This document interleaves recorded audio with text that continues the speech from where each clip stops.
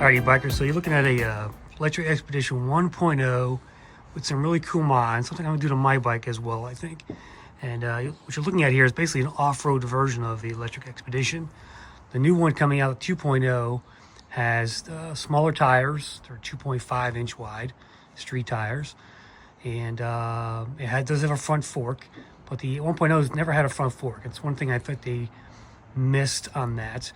And the fact that this now has the knobby tires makes this a much more off-roading type vehicle. Also stable, more stable on the road, because those original tires were slicks, and I definitely skidded out a few times on the rear wheel. And this just looks much better, I think, by putting those tires on. My buddy Steve, this is his bike, and he's going to tell us what he did to the front end there to get that fork to work. So the problem I had was I couldn't find a 3-inch wide suspension fork, so I had to go with a 4-inch suspension fork. Yeah, so this is a 4-inch fork here. Yeah, that's the RST guide.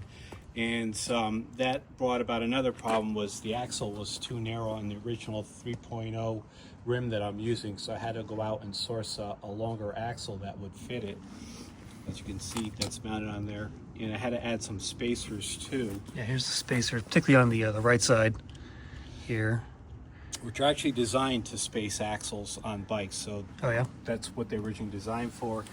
so there's one on this side and like 3 on the other side, or 4? Yeah, and we had to add a 44 millimeter spacer here. I'm going to machine another spacer to fit where these, for lack of a better term, aluminum O-rings are, or aluminum rings are. Those will be removed for the machine spacer. I think it's just going to be a little bit safer. Yep.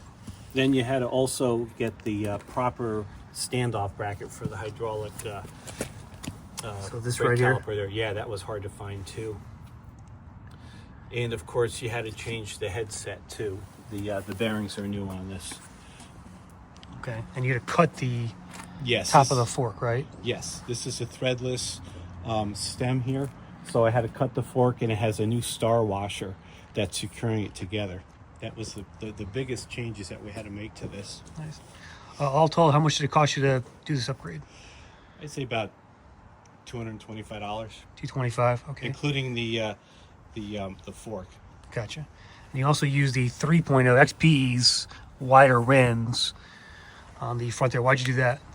It just convenience. I had the rim. It wasn't mounted on a bike at the time, so it's just easier to just start working with that in case this didn't work out, or I had to put the original rim and fork back on. It would have been easier. That's the only reason. You can use the original Xpedition front rim on this, no problem. Yeah, because you see the rear one here is a little bit thinner. Looks like about, I don't know, what is that, 3 inches there. That's more like 4 inches, right? Yeah, closer. Closer, yeah. Nice job, Steve. Thanks. Bike looks great, and yeah, good luck with it. Go ahead, hit the horn there, Steve. Ready? Oh, Jesus.